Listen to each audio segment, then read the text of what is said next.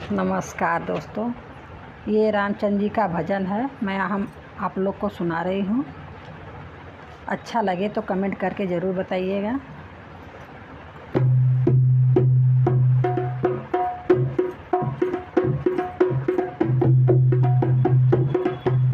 बहे पुरवैया नैया झूमत आवे हो, बहे पुरवैया नैया झूमत आवे हो, बहे पुरवैया नैया झूमत आवे हो, बहे पुरवैया नैया झूमत आवे हो। नैया भीतर सीता जेवना बनावे रामा, नैया भीतर सीता जेवना बनावे रामा।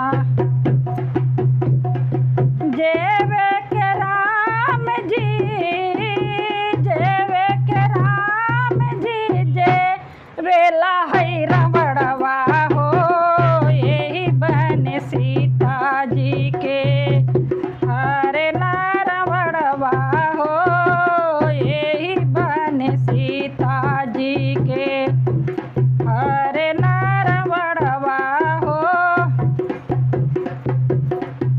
बहे पुरवैया नैया झूमत आवे हो, बहे पुरवैया नैया झूमत आवे हो।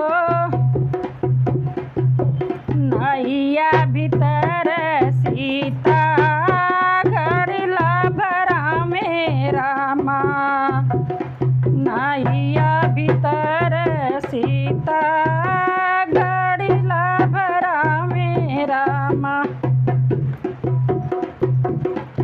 घोट के राम जी, घोट के राम जी, घोटला है रमणवा हो, यही बन सीता जी के हरेला रमणवा हो, यही बन सीता जी के हरेला रमणवा हो।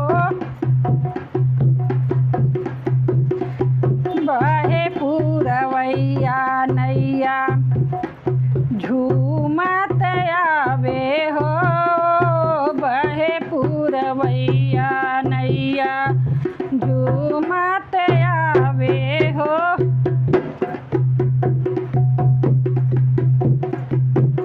नैया भीतर सीता बीड़वा लगावे रामा, नैया भीतर सीता बीड़वा लगावे रामा।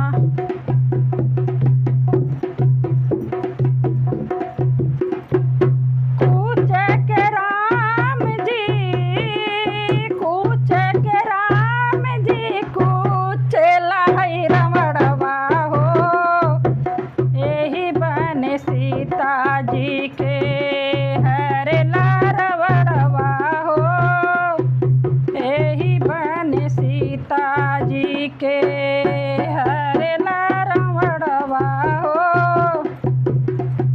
बहे पुरवैया नैया झूमत आवे हो, बहे पुरवैया नैया झूमत आवे हो,